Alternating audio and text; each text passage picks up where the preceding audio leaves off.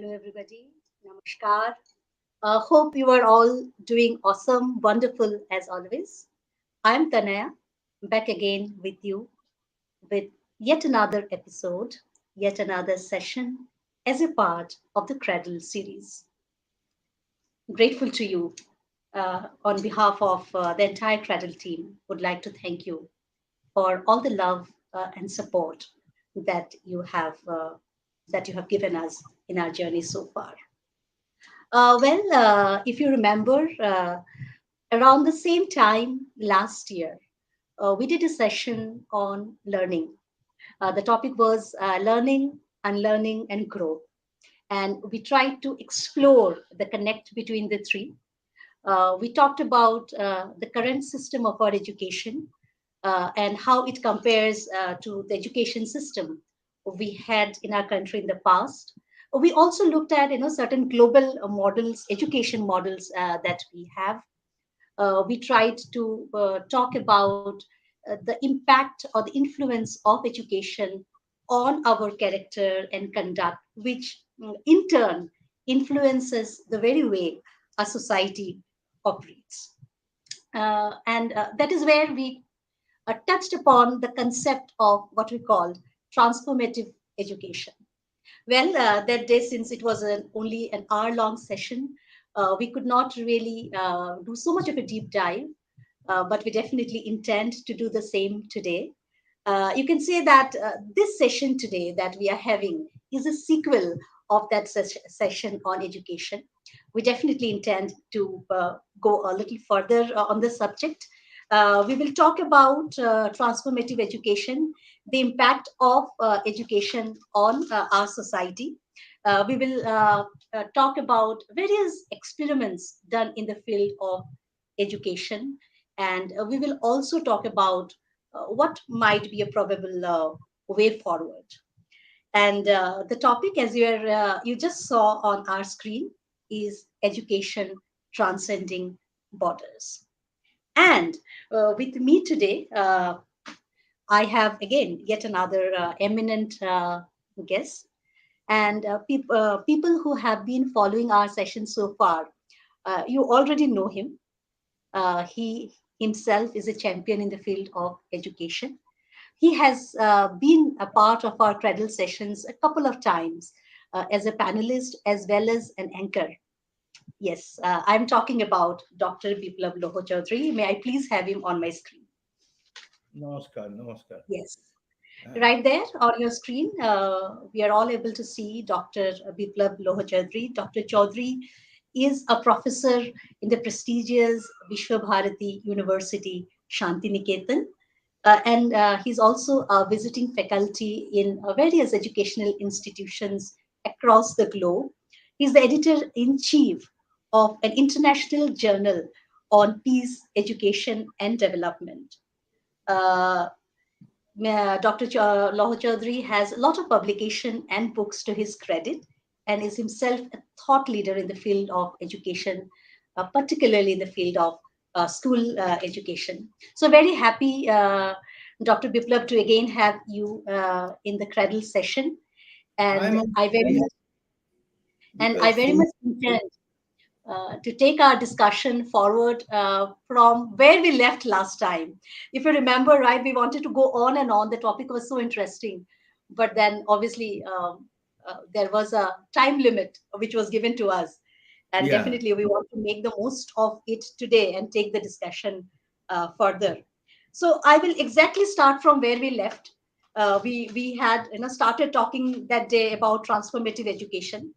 So, what do you believe are the key aspects of transformative education, and how similar or how different it is from the present system of education that we have? yeah. Lovely. Where we left the discussion last year, since then I have been trying to read more and more, going to more places, taking interviews of alumni of different types of schools, different types of paradigmatic schools over last 1 year.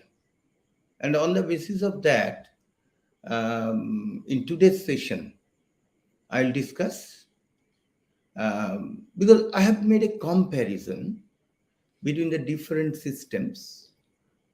If you ask me questions, I'll be very happy. Um, and from there, one thing I understand, every system stands unique by itself.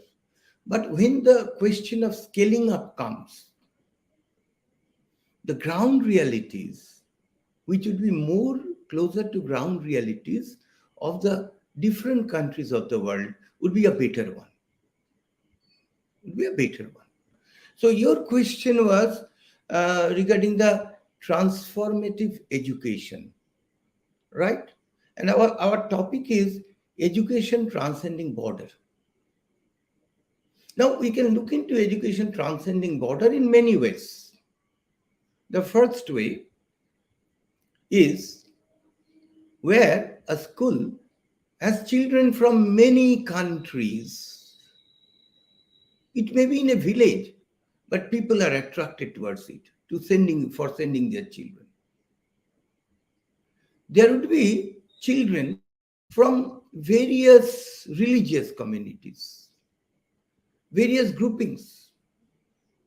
They may be from very high economic condition and from the lowest economic condition.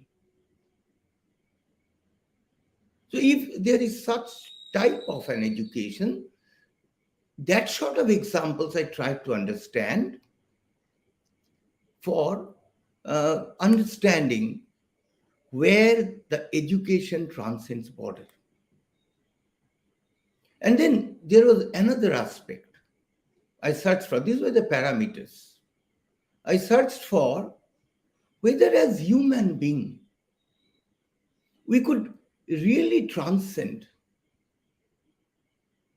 through any example of education or our exposure to any type of education, from the lower beings, that is animality, to the higher self, that is our prefrontal cortex and our amygdala.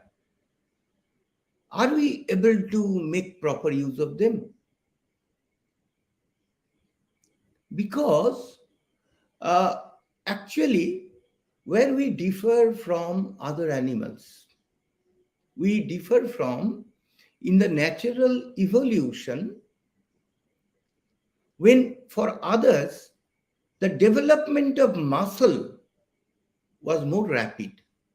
In our case, development of brain cells was more rapid. Certainly there is a grand design of nature. And as we have gone away from the nature, so there were certain mistakes in understanding what nature actually wanted. So I mean by the education transcending border, these borders, we have to move across the spectrum. I understand that. And in fact, it's not my understanding. It's my understanding from Thakur Anukul Chandra, Rabindranath Thakur, Mahatma Gandhi, Marilyn Wilhelm, and many others. Jiddu Krishnamurti, Rishi Aurobindo, many others. All over the world, were thought about what should be actually the mainstream of education. It's another point that most of these could not be mainstreamed or yet remains to be mainstreamed. So what are the 5 aspects of it? What is expected of the transformative education? Number 1,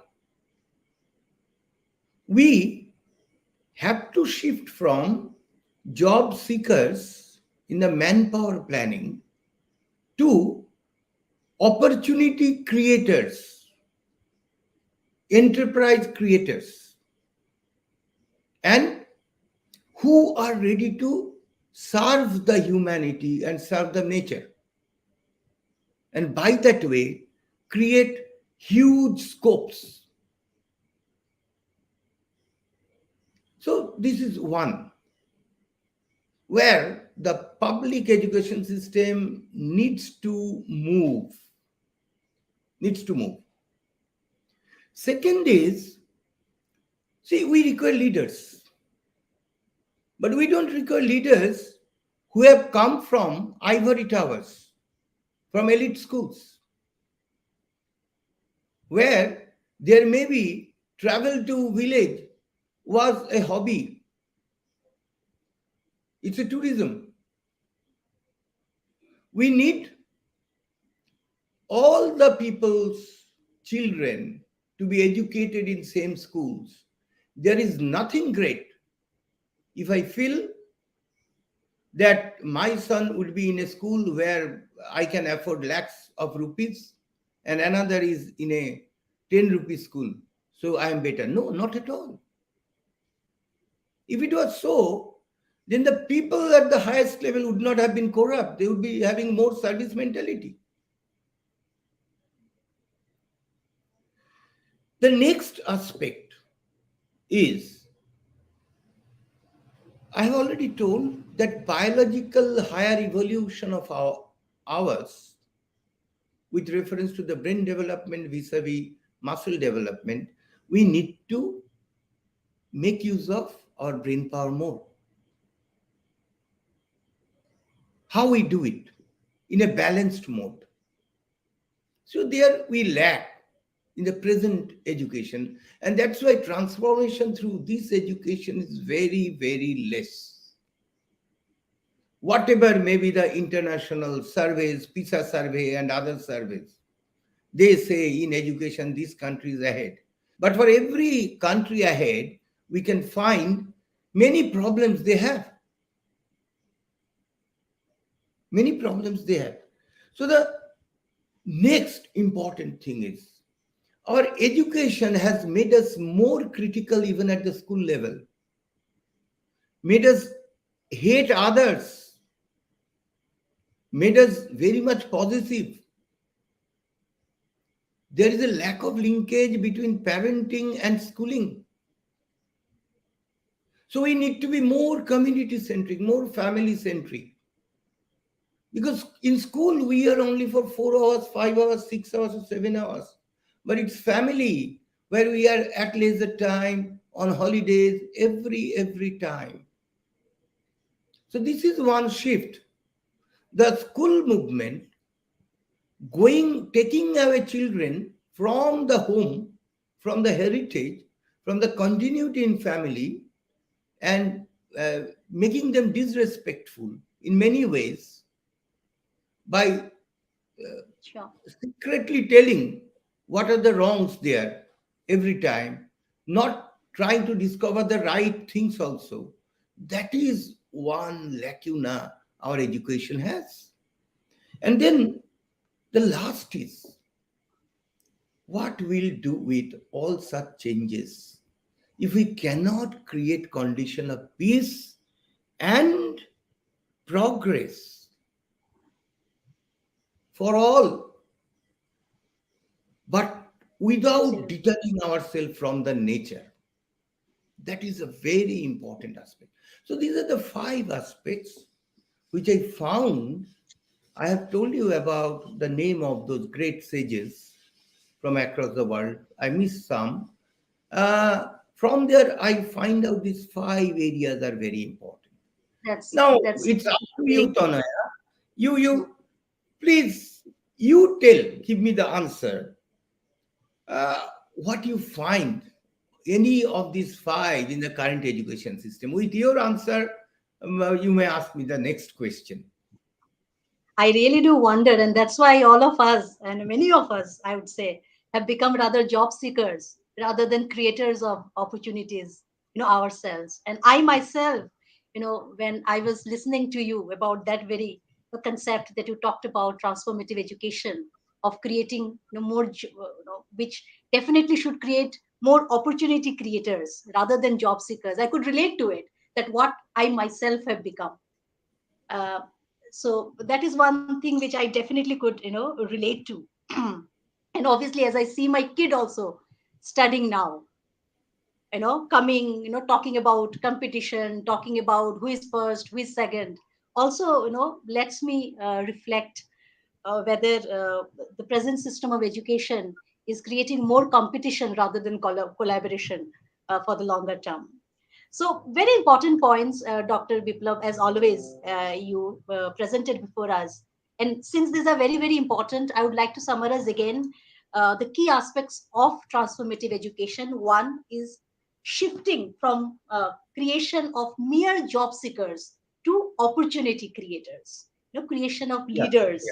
Uh, the education should be in such a way that we are able to better realize our potential or bring our potential to full bloom, make use of our brain more than what we are doing currently.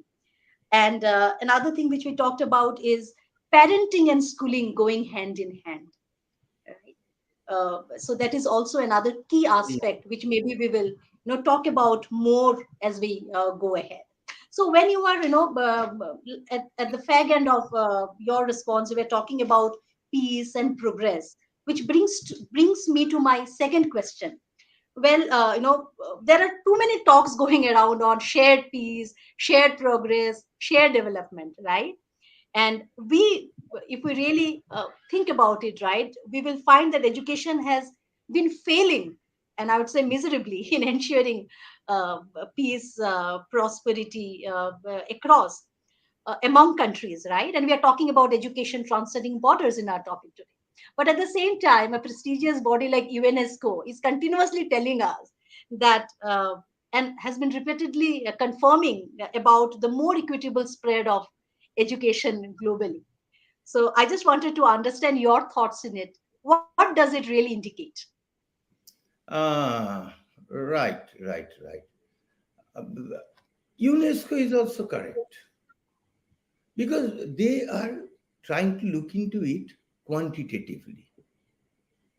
But quantity and quality both together actually gives us the right fact. Right fact. And when both together we can actually synthesize, it offers us the knowledge about the reality of the education. And there also, if you look into UNESCO's reports, etc., there are also areas of concern which they explained. So let us look into this area. See, I call it missing education. I call it missing education. In fact, in my latest editorial for International Journal of Peace Education and Development, I have dealt with this issue in details, the missing education issue. There are ideological questions. First question is ideological. Do we worldwide really want that education should not fail to create situation of shared peace and prosperity among countries? Are we? If it is so, then I will not try to export my education lock, stock, and barrel to others. I'll be very much compassionate with their cultural conditions. And in fact, I will believe more into people's own capacity and how, from their own tradition and heritage, there is no one is actually barbarian. Greek city was found by destroying the nomadic bardic culture. Were bards barbarians? No, not at all. Not at all.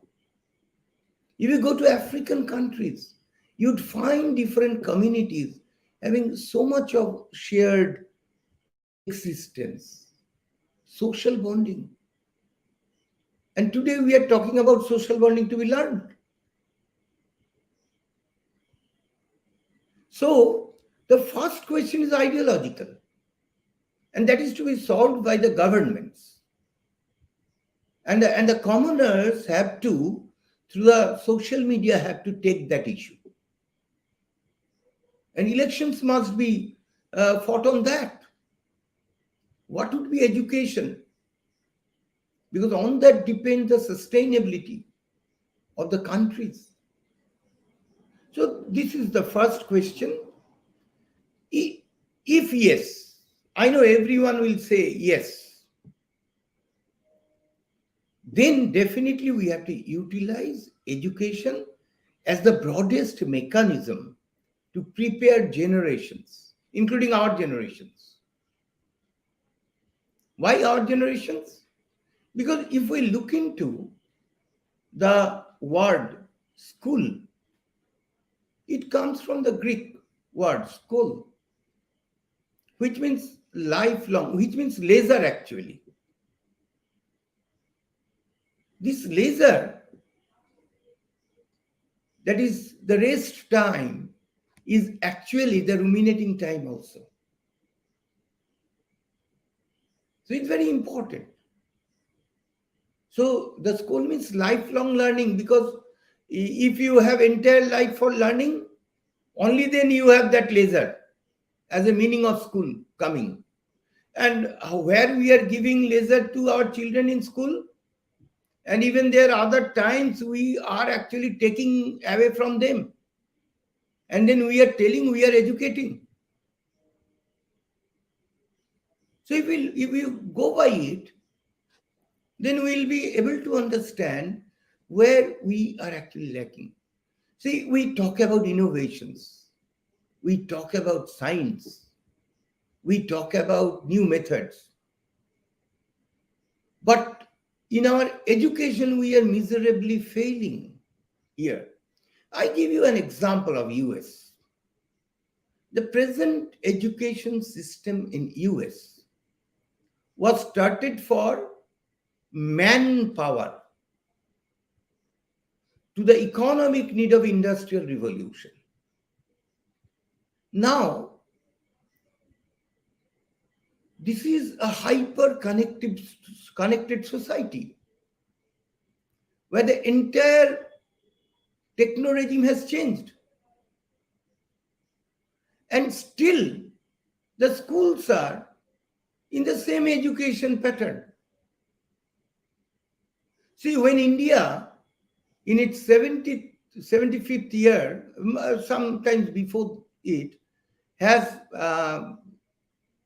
created a space called New Education Policy, it actually looked into its infirmities. And it talks about holistic vision in education. Now, how it would be implemented, there we need to be very, very clear. So, what we require?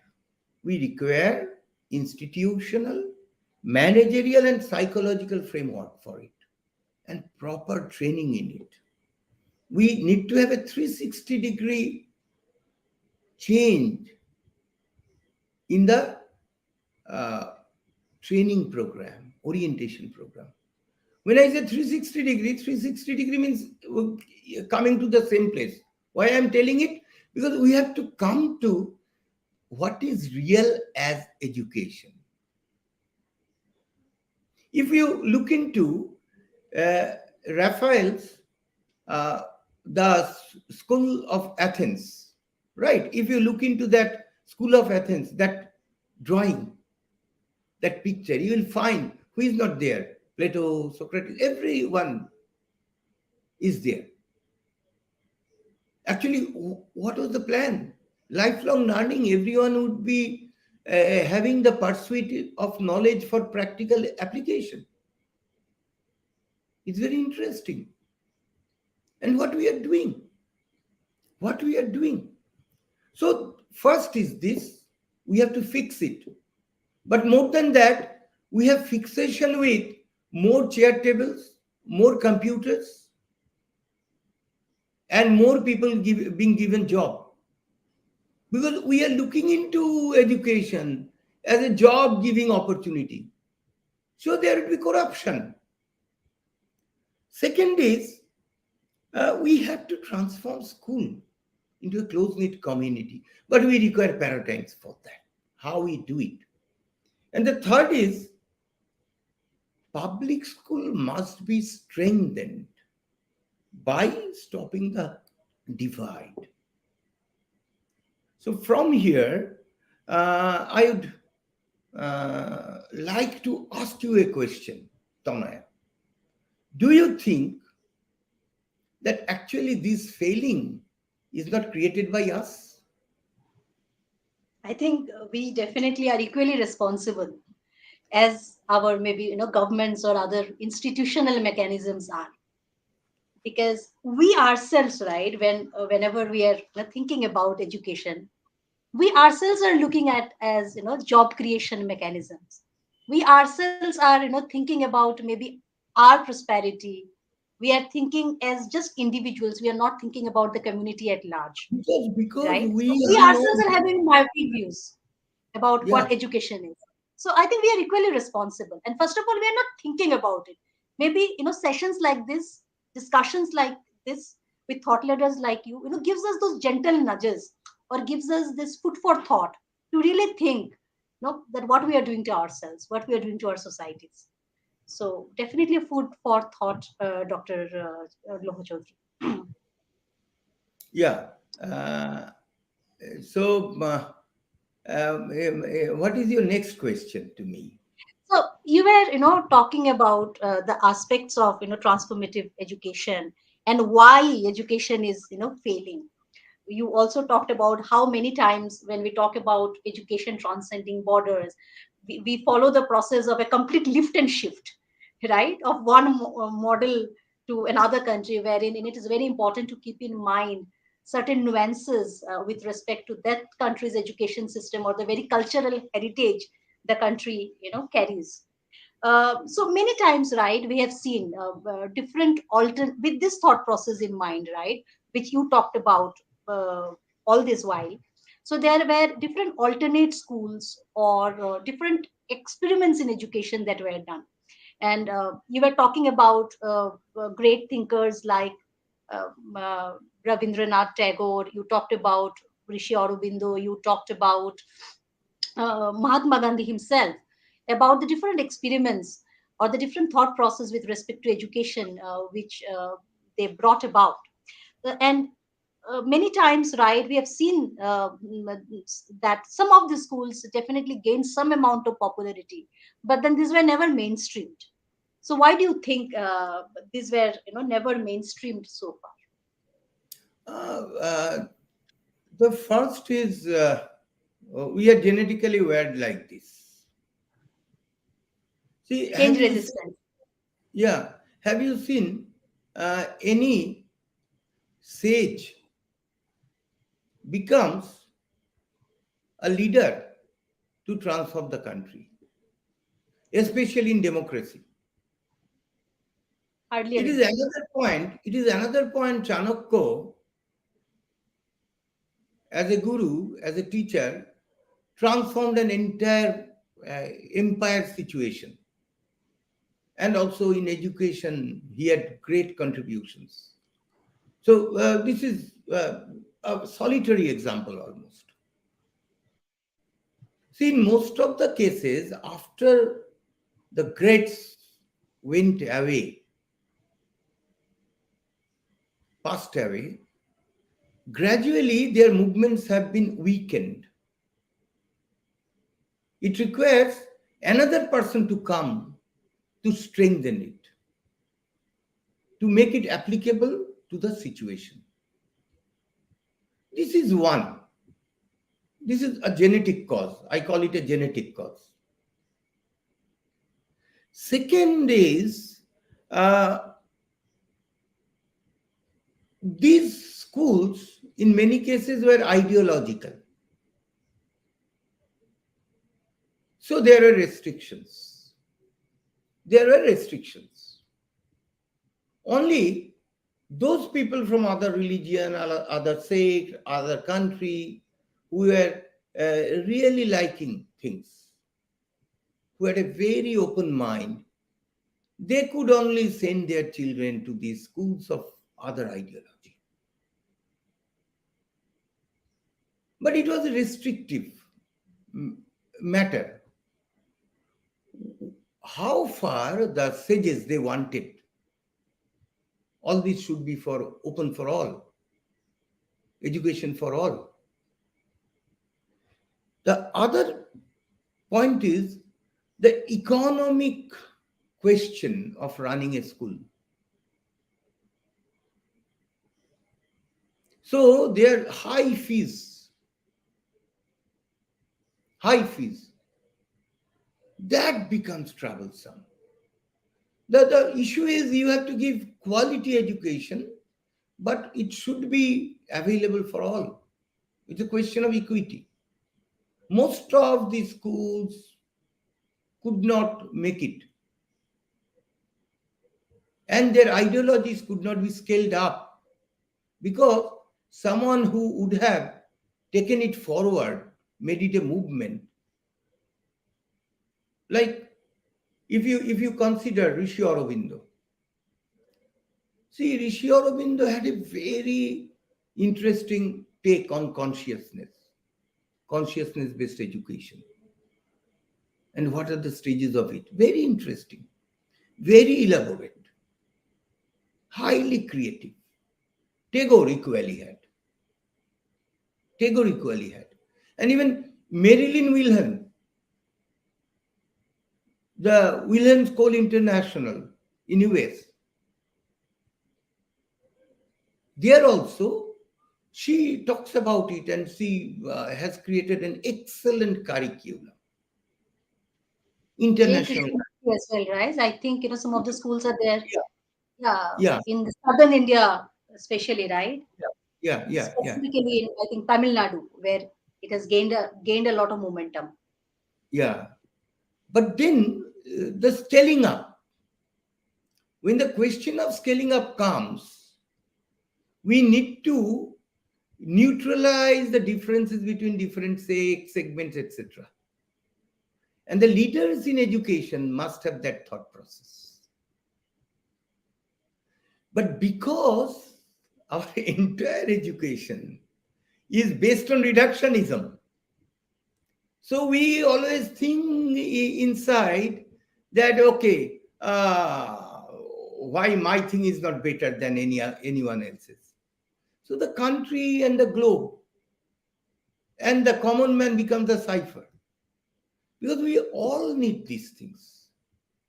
So these are the points. And then also another point is there. The governments also, in making the representations in such committees, give scant regard to it, as if every group has to make their own advocacies. Only then from there someone will be included there. So these are the problems. That's why the alternate school system, they become elitist gradually, or they die down. Either of the two actually happens. But they need to thrive. Yeah. Because they are there, so there is hope. Yes. Absolutely. So you Another talked point, about various reasons of another point, in some cases, this work. when they went for scaling up, for the government patronization of some other people, there was much dilution to the methodology and other things. So their innovativeness, creativity of the education managers, teachers, planners is very much important. Sure. Yes, Sure. your next So question. you touched upon various points on why despite being so unique and despite being so much needed in a societal construct, yet that the alternate schools or models are not getting mainstream. Definitely, you talked about points related to first of all our own change resistance, right? You called it genetic, and then you touched upon the aspects of ideology itself, that sometimes this ideology are not able to transcend the borders Yeah, of yeah, yeah, one ideology coming in direct conflict with another, right? And it is always, sometimes it becomes like I versus you attitude, right? Who is better, yeah, yeah. rather than That, collaboration. These schools of thought themselves are competing with each other, and obviously surreptitiously, then the government. the enemy attitude comes. instead of yeah, sharing absolutely. for peace and prosperity. Yes, that's what is happening. And then you also touched upon the very point of affordability, which is very, very important. So, whatever definitely you want to call it mainstream, that education again has to be for all. Again, transcending the borders of limitations or affordability, finance, whatever you call it, right? So, that's where the lacuna, that's where the loopholes lie currently. And while we all think, and many, all of us, most of us believe that this is the way forward, but because of these challenges on the ground, things are not happening the way it is intended to. Now, having said that, Dr. Biplab, we see that, and you had talked about it in our last session also, that in many countries the public school system is strong in many ways, right? And however, we are not seeing that positive impact on the society in those countries as well, right? You remember you talked about it in our Yeah, last session. yeah, yeah, yeah, Some yeah. countries, it is a strong system of public education that we have. But then, even with all its strength, with all its goodness and might, the positive impact we are not seeing in the society. Ultimately, education has to impact the society positively. That's the intent. But that is not happening. So, what do you think is the remedy to this? Why do you think it is happening like this? And what Um, can be a way forward? yeah. Uh, See, first point is, in most of the countries, it is overcrowded public school system. Because even in the richest of economies, most of the people are poor. They have no other option but to send.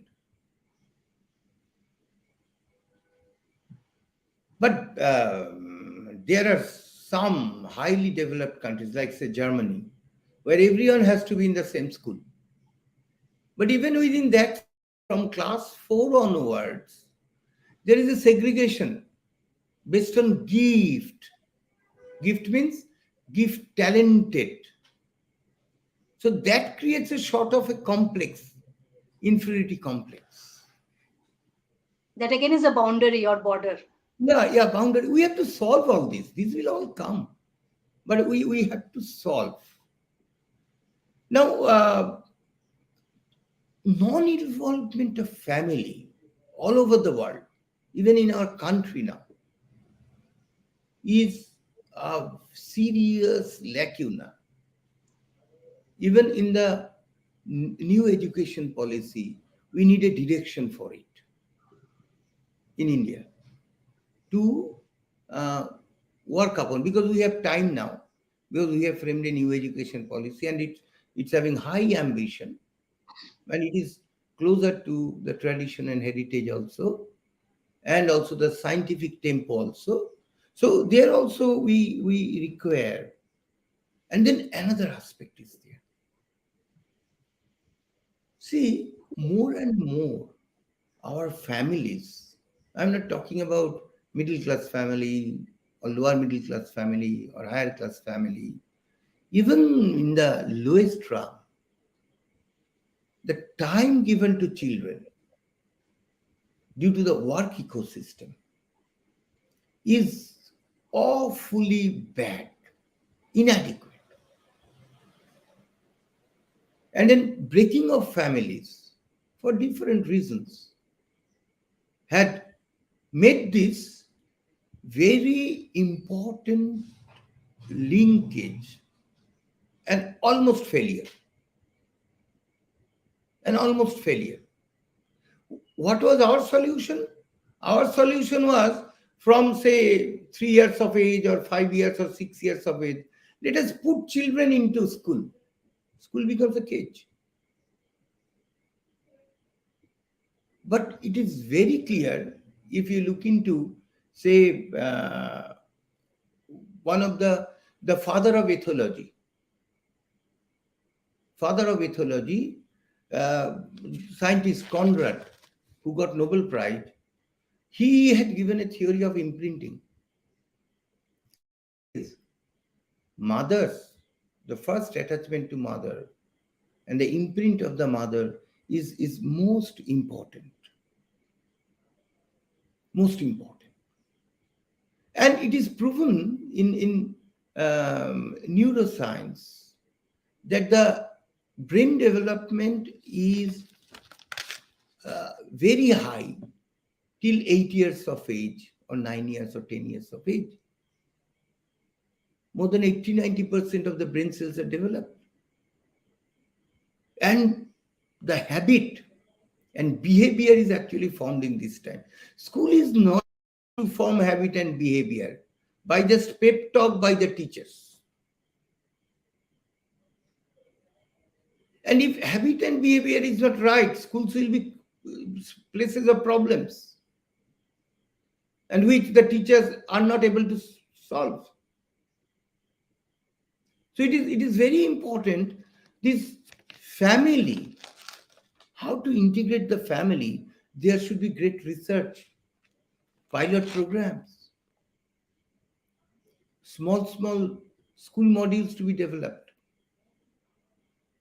How it is being done. So these are points. So out of these arises how to handle dropouts. This is an economic issue, but it's not only an economic issue. The issue of subsidy also. If you can get everything free, if you get everything, so why you should work? So the same way, why should you study? Except few, nobody will study. And educational equity is lacking, I have already told. That's why the online schooling cannot be mainstream. So these are the aspects which are actually ailing to a great extent the public education system, even in the best of the country. Best of the country, Absolutely. they have really improved, but despite improvement, these problems are actually very much disheartening. And with that, there is another problem. The problem is the new media environment. Our educations are 400 years back or 100 years back, and we are in 200 years ahead of our time. Because every 1 year, we'll having a new version of the new media. How to engage with it, how to make people engage with it, and how to I bring think it. that's a different topic, and that's an important topic altogether. I think which we can maybe cover in our sequel to this session, the Yeah. impact of the new age media on education and how they go together, and what can be uh, the way forward in terms of thinking about the new age media and its impact on education in the current generation. So I think we have 40 minutes, more than 40 minutes into the session. Dr. Biplab, it's always definitely a great learning along with you. So now we have talked about the challenges in the education system and what is ailing our current education system, and why it is not able to transcend the borders as is expected of a appropriate education system, if I call it. Now, do you want to suggest any school paradigm or system which can help or which can be a true remedy in the long run? See, I have been looking, I have already told you, I've been looking for paradigms, examples. So I found out a very interesting one from a village in East Bengal, where in 1923, in a village called Himayatpur, where there was much difference between poor and the rich, and the rich has all their normal tendencies, and also there were communal divides. Everything was there, and Bengal was in communal tension at that point of time also, due to much before that the Bengal partition schemes, which was foiled. Uh, so at that point of time in 1923, the founder of Satsang, Sri Thakur Anukul Chandra, in that distant village, started a school called Tapoban School. Tapoban School. Now, what I found out, looking into its history and then talking to many of its students, and then talking to some of the teachers, and reading the early aspects and going to Himayatpur in Bangladesh also. So what I found, it was a commoner school. It was not an alternate school. And it was transcending border. Tagore School was also transcending border in Vishwabhati in say Shantiniketan from 1901. This school was also transcending border, but in a more challenging situation. See, I find there mention of students, Chinese student, Burmese student, student from other parts of India. In a school called Tapovan, which was in a distant village called Himayatpur. And I find there a good number of Muslim and Christian students also. So it was a commoner school. The barrier was closed. The barrier was broken. And very interesting. And then there was a school community compact. I call it school community compact. What is the school community compact?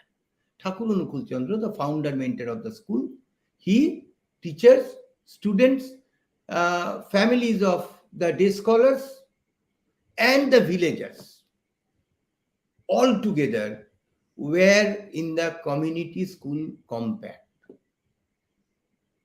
What sort of a compact? That was reflected in the work schedule of the children. Their classes did not end with theory sessions. They went to field, they went to lab. There are small labs because Thakur believed that every student must have a lab. And even students from the village, they created small labs. Somewhere biolab, somewhere, say, physics lab, in their own houses even. Not by purchasing equipment, instruments from outside. Through genuine innovation. Because Thakur wanted it. Then there are, say, hospitals, treatment centers, where they worked. They served people in the village with own labor. And they had to describe it, what they learn out of it. This was a very interesting model. Now you just consider in a school, say you are in Bangalore, so if a school wants that to be done, then the parents will tell, we have send you my children for education, not for this. How restricted is the vision? Absolutely. How restricted is the vision? And then there was another interesting, you must be in the normal company of a teacher. And this school had a unique model that the school may not create a personality, but it cannot break or split personality of a child. So what was the method? For a long time, say for 1 year or 2 years, a group of child would be with only one teacher. Now, how the institutional mechanism was there? So, Thakur attracted most talented people with his seminal thoughts. And these people, they had sufficient general education to teach arts, humanities, literature, science, mathematics, everything together. Because Thakur believed general education up to class 10, everyone must have such general education that they don't need to go to the so-called college or university for getting a job. What is happening today? People are going to college and university to waste time, and after that they are jobless. So the next was that you cannot but praise parents. He told teachers, you have to discover what is good in them, and you have to propagate it in children so that they respect their family, their parents. Why? Where it is happening? So you have to visit homes, and you have to write letters to the hosteliers' families. There was a student whose name was Tosong Chu. He was a Chinese student. To his house also letter was to be written by teacher in English. Just think. So uh, then discover students' natural tendencies together with him or and family. And teachers' ego sublimation was very important. Very important. And there were need of better examples. Because it was a communally torn area where the school was. So Thakur uh, brought examples from the local community who were great and made them heroes, and asked students to discover, and also asked students to discover what are the great in prophets, what is great in poet, what is great in Mahatma, what is great in Tagore, what is great in Hazrat Muhammad, Lord Jesus. So you can understand, and then students must offer service to parents, teachers, and mentor as normal, and it would be out of inquisitiveness. It's not that school will tell you will do this, you will do this, you will do this. They have to discover what is the need. What is the need? So, and then meditation and concentration for developing higher self through development of higher brain, that is prefrontal cortex. What I find later in 2005, the an alliance of great scientists from the world under the tutelage of uh, Raman Maharshi, they are actually talking about it. That peace should be ensured through the process approach of brain. And they're talking about prefrontal cortex. They're talking about how amygdala should not be overexcited. Thakur talked about it, not in terms of amygdala, but he said you should put into your center the ideal so that all your fear, everything gets dissolved. Because in these worlds, the problem arises out of fear factor. And if leaders, amygdala is overexcited with fear, will make people fearful. So We that call it happens. the amygdala hijack. That is the concept of amygdala Yeah. hijack that we So talk about when stage, we, yeah. teach emotional intelligence here. So stage specific knowledge input, where parents had a very great role. He discovered it. So in his school was, the institutional school was for 3 years. And every student passed matriculation in 3 years only. Before that, they had to be more with parents. This was his instruction. And how parents had to be involved in school. Even today, in Devghar, in the Tapoban school, uh, due to the pressure of mainstream education, the boards, it could not be kept for 3 years, but it is even 7 years. 7 years. And there are some schools we are trying to bring back this system gradually through trainings, and trainings are getting established. So this was the school paradigm he developed based on few principles. Now, if your question I get, uh, I'll sum it up. Sure. Sure. So I think we are, running short of time. I think only 5 minutes more to go, and we I'll, have I'll, some questions. Yeah, questions coming up. Maybe what we can do, Dr. Lohachandra, because this is a vast subject. Be it the role of parents in education, be it the role of teachers in education, be it the collaboration between the parents and the teachers, involvement of government. So I think we really need to take session by session and cover in details each and every aspect, and that's I how would like we'll be to, able to. yeah. Before I take questions, within 2 minutes, I'll complete. Sure. Now, You in want this to world, touch upon some principles and key tenets, yeah, maybe, of we what you require, already mentioned about. we require physical science, we require biological science, we require mathematics, we require art and aesthetics, we require literature, we require everything. So, Thakur actually in Tapoban had a very unique method. He asked a boy, please plant a sapling, and then you go on recording it. Your teacher will be your friend.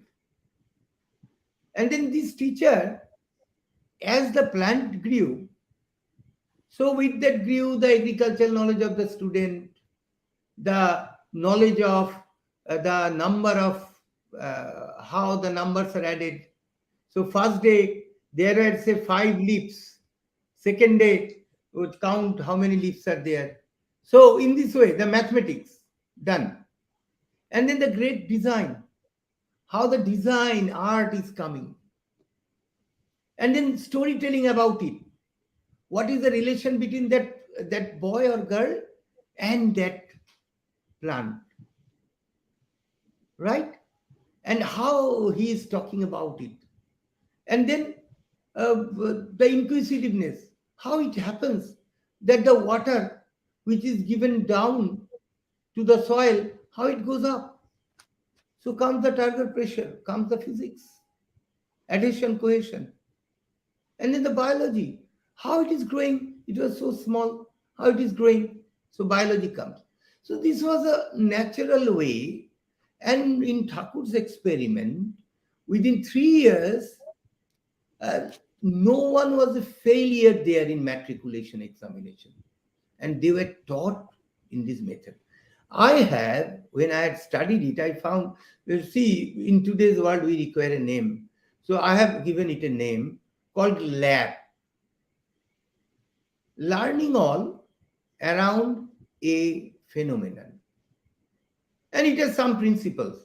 I'll quickly tell that family school continuum, then say the elevated intellectualism, like examples, heroic examples, then motor sensory coordination and left right brain equilibrium, and core of spirituality.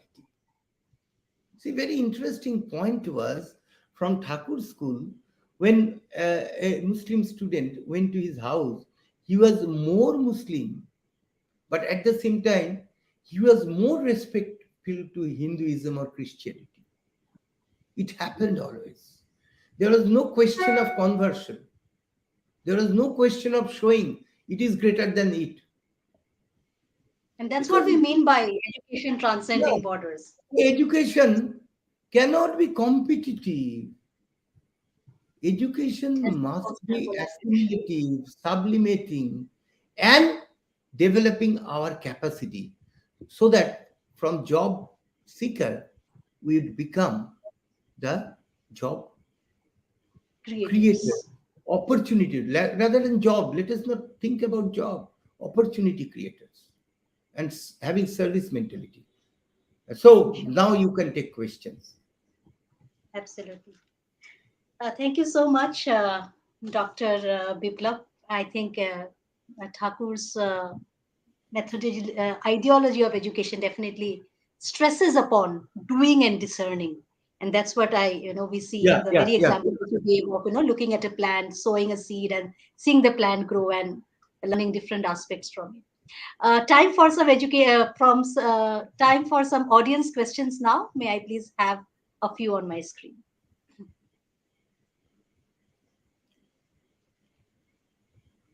Okay, so the first question coming in from Suman Chakravarti. It's very widely felt that a genuine interest in building personalities is missing in the education fraternities. We talked about it. Would you please elaborate Shrishi Thakur Anukul Chandra's views on this aspect in Yeah, building personalities?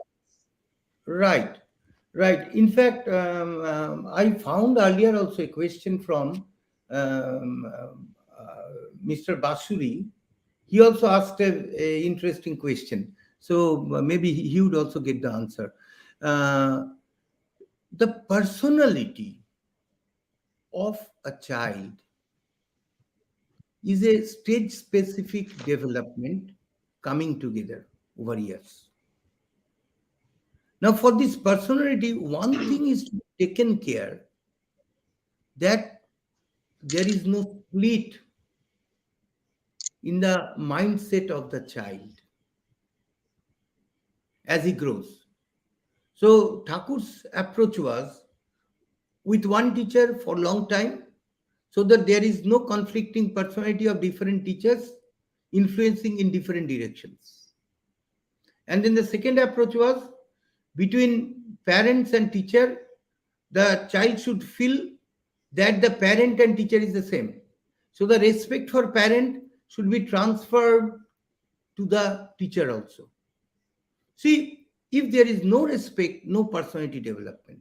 Yes, personality would be there, but fractured personality, which would create more tensions in families later. So this building personality, and in building personalities, Thakur had talked about spirituality, and not only that, concentration, development of higher self, and there are elaborate process in his school system, but very naturalized system. You don't require much money for it. You don't require money for it. Like Tagore School, his school was started with, say, six students. It was started with six students. But later on, his schools, one Tapoban school was started in Burma, in a place called Jogan. And who were there? The some students who came to the place from their family, it got inspiration and they created the school. It's another point that when Burma went away from India, then the school gradually died down. But there were efforts. So Thakur's more important uh, stress was on personality development, because if a personality is developed, then only a person can lead the world and becomes a great follower, because a leader needs to be a follower. So the ideal centric life he actually um, propagated, and the teachers became the perceptive leaders with the students. So hope that answers your question, Mr. Chakrabarti. Let's have the next question on screen. Okay, so the next question is from Shashwat Sinha. When we are thinking about education transcending borders, is co-ed education a requirement or should it be avoided? Interesting question. Very interesting question. See, I understand, because in our feminist discourse, there are two approaches. The first approach is to uh, find out that everything is patriarchal, and men and women are seen as different. See, Thakur or Rabindranath or Rishi Aurobindo or any other, what I found, they actually preached for harmony among diversity, among diversity, and they were always considering the special requirement of every group. See, universal core of education is universal for everyone, but then you need to have some special core. It's not a question of co-education or non-co-education. It's a question of how within the public education system you can take care of the special need of every group, and especially the two genders or three genders. Even we have to think about the transgender also. How we take the real, their requirements are being fulfilled. So it requires huge research and also experimentation with schools, maybe some pilot schools, small pilot schools. The pilot experiments, say for a few months, it will not happen. It will not work out. Because when the solutions are to be for generations to come, the pilots are also to be fairly long. Would you like to any school paradigm or system that can help us in long? I have already told. See, I am not seeing no. any further question on my screen. Okay, fine. Riddhananda Mahapatra, how can we blend deep learning, AI models, and Gurukul-based personalized education system to make modern education more holistic and truly impactful? Riddhananda, it's a very good question. To answer it, making a fair judgment to your question, I require a long time, but I'll just tell three sentences. See, deep learning has to be with general learning. Thakur actually in lab talked about it, developing holistic vision in school, where we can see that how everything is connected with everything, so that we feel, enjoy, experience, and apply the interconnect, interinterestedness, and we serve. So that's a spiritual deep learning that requires holistic vision coming. With that, at the graduation level, at the university level, at the research level, we require reductionist approach, where the deep learning means, say within that we are in the quantum physics. So we have to go deeper into quantum. And then for that time, we have to be out from all other preoccupations. But as because my brain have been developed till 12 years or 14 years or 16 years in the general education system with a holistic vision, so I can connect it with general prosperity of people, civilizational goals, and our connect with the nature. Now comes the question of artificial intelligence models. See, artificial intelligence models are trying to actually appropriate the brain circuitry. And what our brain actually does, you can even consider ourselves as softwares. So what we do, you consider there is something else. So we are actually for them AI. In the grand design of the nature, we are AI. That's why more than our muscles, our brains were developed more, neural cells were developed more. And from there, we are now trying to actually surpass ourselves. We are going towards cyborg age. But see, the next stage education, your question, that's why your question is very important. It needs to be thought, and it requires huge program. Why not you collaborate with me in that, Riddhanan? Thank you for really insightful question. Sure, then. Okay, another question, this time Hmm. from Mr. Surya Prakash Mahapatra. Do you believe that before we focus on educating our children, we should first focus on educating our parents? Ah, that is the missing education.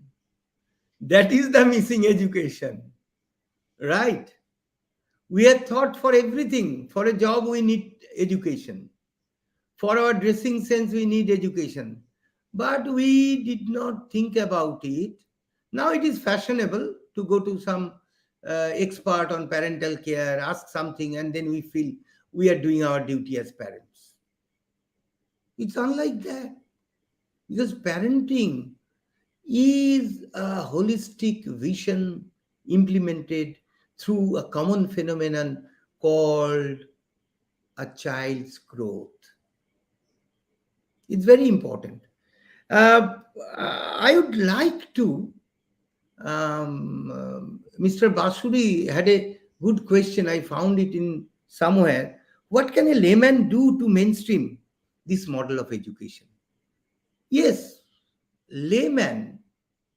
See, we call layman, but the mentor of this education system, he said, everyone must be as able as the most able person. And we all have those equipments in us, the brain cells, the white matters, everything we have. Now we have to practice. We have to practice whatever we know from these paradigms, that we have to practice at home. And maybe we may engage ourselves more in schools, try to find out those souls of teachers. And in schools, we should take this paradigm through popular lectures, through teacher orientations. And also, we have to take it at advocacy level with the government. Because today, a layman is not a man who is backward. You can create one advocacy campaign, and 10 lakh people can easily sign on it, digital signature. And then, if it goes, the government have to take action. So a layman is not as much lay as he or she was earlier. So we end on that note, Dr. Biplav Lohochudri. Talking with you is always a great learning. We talked about transformative education. We talked about the concept of missing education, the need of parenting and schooling going hand in hand.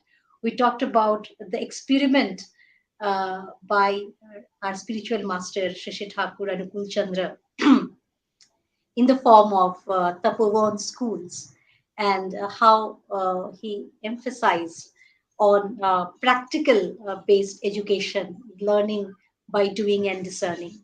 And while we talked about all those, we talked about we we we emphasize time and again on education for all, or what we said called today as education transcending borders.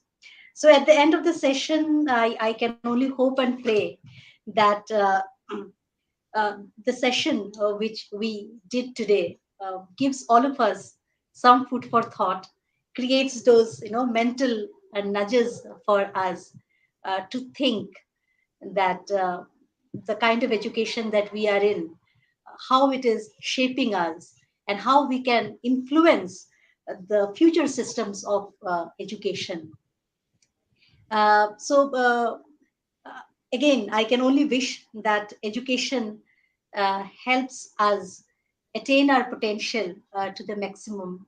May our potential attain full bloom. Let it influence and impact our character and conduct, and in turn, influence and impact societies and nations. Let education transcend the borders created by ideologies of our own minds, of race, religion, economic backgrounds, and let it lead to peace, progress, and development. Thank you so much, all of you, for joining us today. And we do promise to come with more sequels on this topic. So please keep following our Cradle page. Your likes, your comments, your shares do mean a lot to us. Thank you. Thank you. Thank you to all.